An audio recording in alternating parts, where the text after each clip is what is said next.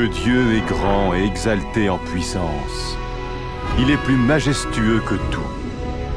Les cieux racontent sa grandeur, et l'étendue manifeste sa merveilleuse création.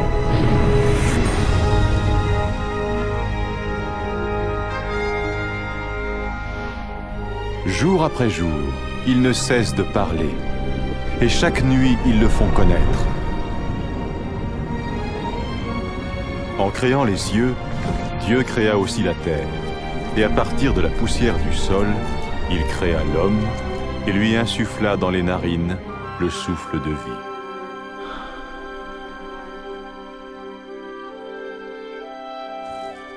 Le Dieu d'amour créa l'homme et la femme à sa ressemblance, pour qu'ils soient en relation avec lui. Ainsi, au commencement, il révérait et honorait Dieu, et il vivait en harmonie avec lui.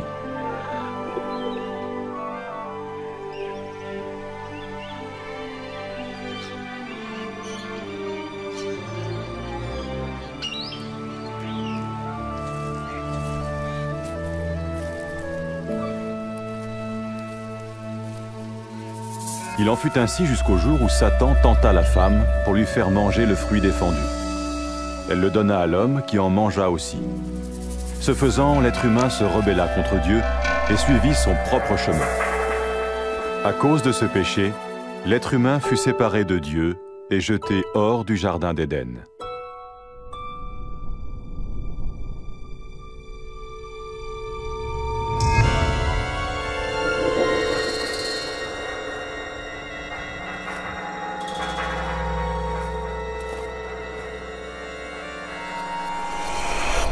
Mais Dieu aimait toujours l'être humain.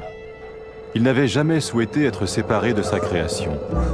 Cependant, comment Dieu pourrait-il être saint et source de toute justice s'il ne jugeait pas l'être humain à cause de son péché? Dans son livre saint, Dieu révèle son plan pour sauver le monde de son jugement. Abraham fut l'un des premiers à découvrir ce plan.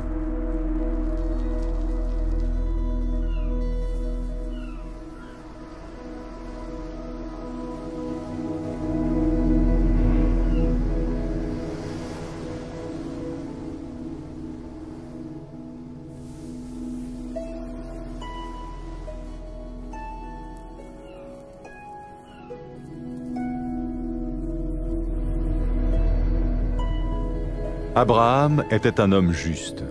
Dieu lui fit la promesse de le bénir et de rendre ses descendants aussi nombreux que le sable de la mer et que les étoiles du ciel.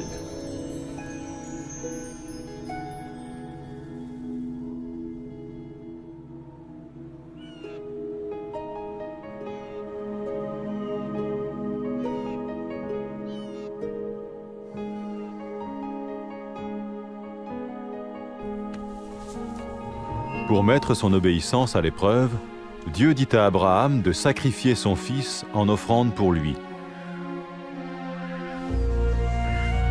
Abraham fit confiance à Dieu et chercha à lui obéir.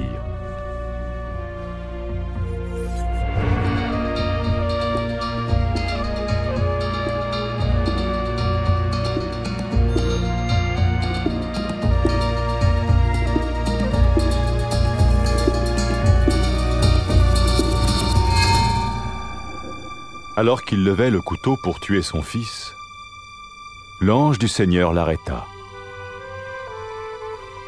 Il vit qu'Abraham craignait Dieu et voulait lui obéir. Puis Abraham vit un bélier retenu par les cornes dans un buisson, et il le sacrifia à la place de son fils en offrande à Dieu.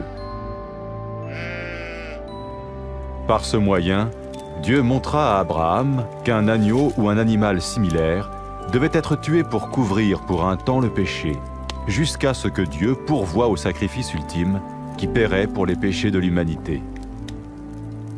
De même que le péché avait séparé l'humanité de Dieu, ce sacrifice allait restaurer leur relation. Les Saintes Écritures parlent de celui qui allait venir pour être le sacrifice ultime pour les péchés du monde. Tout comme le bélier avait pris la place du fils d'Abraham, ainsi il allait prendre la place de l'homme pour que celui-ci puisse être pardonné. Certains parlent de cette personne comme du Messie, celui qui viendrait pour réconcilier une fois pour toutes le monde avec Dieu.